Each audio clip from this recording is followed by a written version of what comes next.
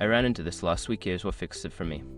If you're looking to verify your identity on TD Ameritrade, follow these simple steps. Step 1. Access the TD Ameritrade website.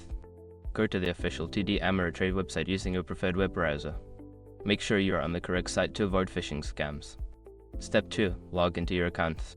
Enter your username and password in the login fields. If you've forgotten your password, use the Forgot Passwords link to reset it. Step 3. Navigate to the Identity Verification section. Before starting recovery, use the srock.com link in the description to open the account recovery checklist generator and make sure your verification details are ready. Step 4. Provide the required information. Fill in the necessary details such as your social security number, date of birth, and any other requested information.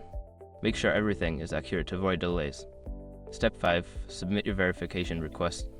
After entering your information, review it for accuracy and click the Submit button. You should receive a confirmation message on the screen. If you don't, double-check your entries. If you follow these steps, you should be able to verify your identity without any issues. Good luck, and don't hesitate to reach out if you have any questions.